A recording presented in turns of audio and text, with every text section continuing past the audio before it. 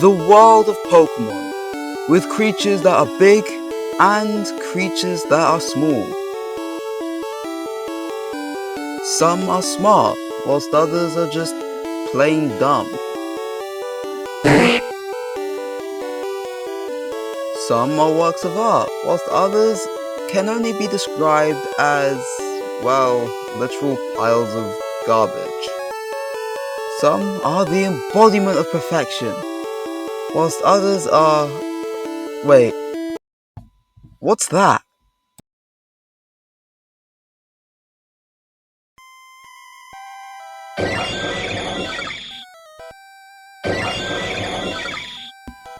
But it looks so cool.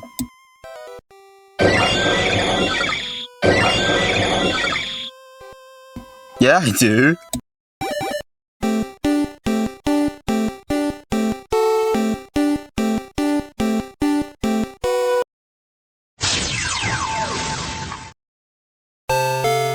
Nice.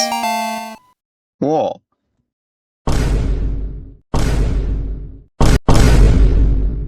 You know what? I think I'm gonna name you Sparky. Original, but nice.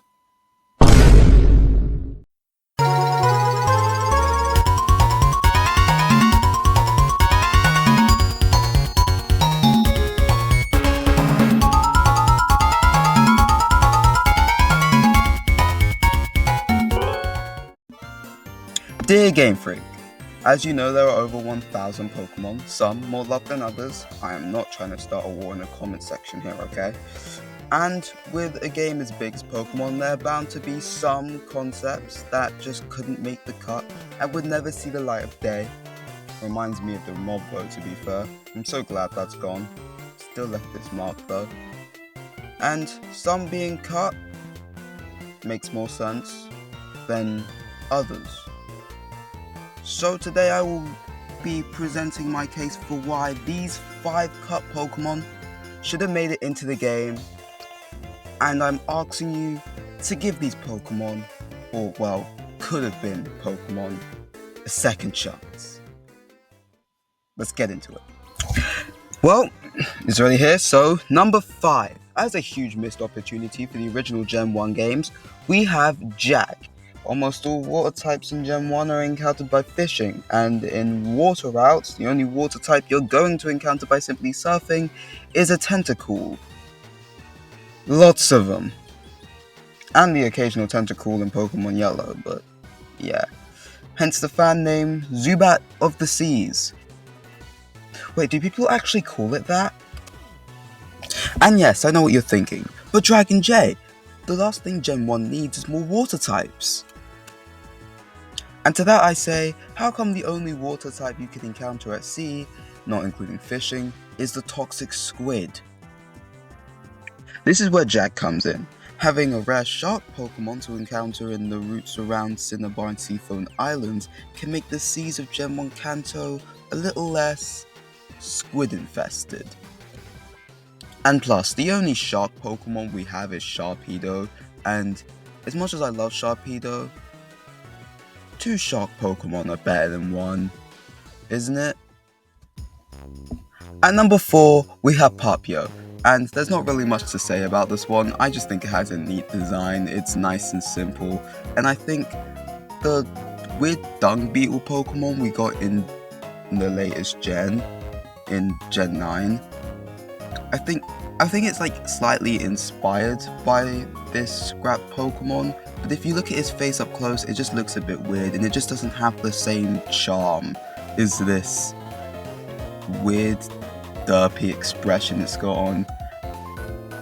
I just like it. There's not really much to be said about this one, so I guess we should move on now.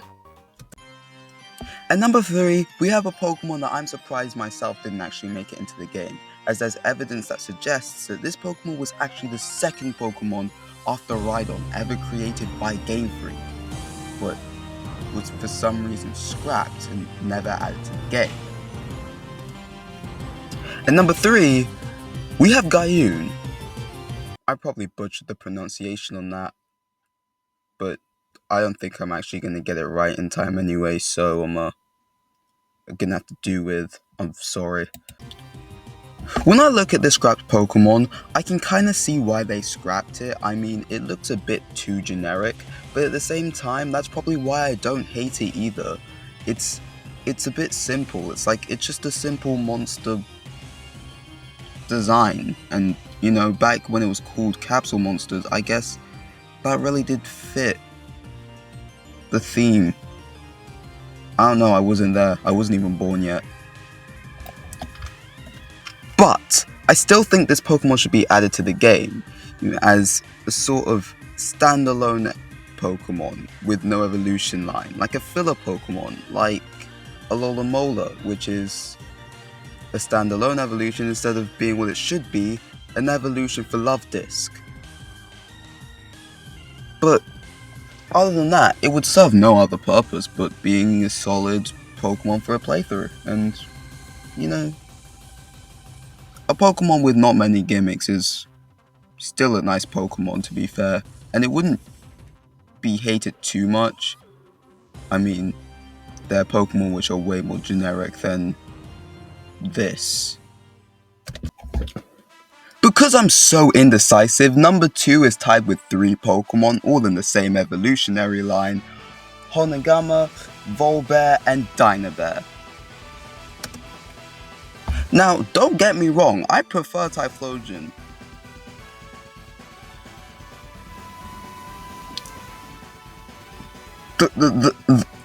My Typhlosion, the Typhlosion I use would never do any of that stuff. But this is a big cuddly fire type, and it's just a big teddy bear, and I love it. That's my reasoning. That's literally my reasoning.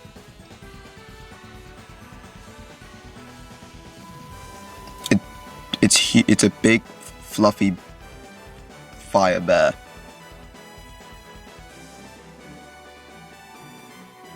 Do I really need to say more? Last, but absolutely not least, we have Kotara and its evolution line. This a little electric bundle of joy needs to be protected. I need it in my life. It's so cute, and I just don't get why they didn't add it to the game. It's a little electric cat, fuzzy tiger thing.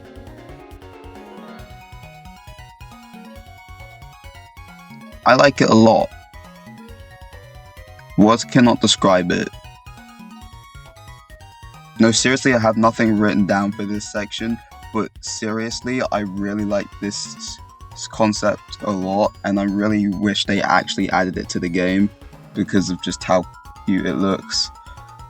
I think it'd be a fan favorite if they added that to the game, so I hope they add it in Gen 10. But I don't really have much to say, probably because my brain stopped working. Yeah. Anyways, I really hope all of you at Game Freak will give these Pokemon a second chance. Yours sincerely, actually, yours truly, Dragon J125. Well, that's it for today's video. I hope you enjoyed, and don't forget to like and subscribe. I hope you hit all your fire blasts, thunders, and blizzards, and keep daydreaming. I'll see you in the next one. Bye for now. Also, if you liked the video, don't forget to leave without clicking the bell, because you might not want to miss the next one that I have coming up next week. So, you should probably do that as well.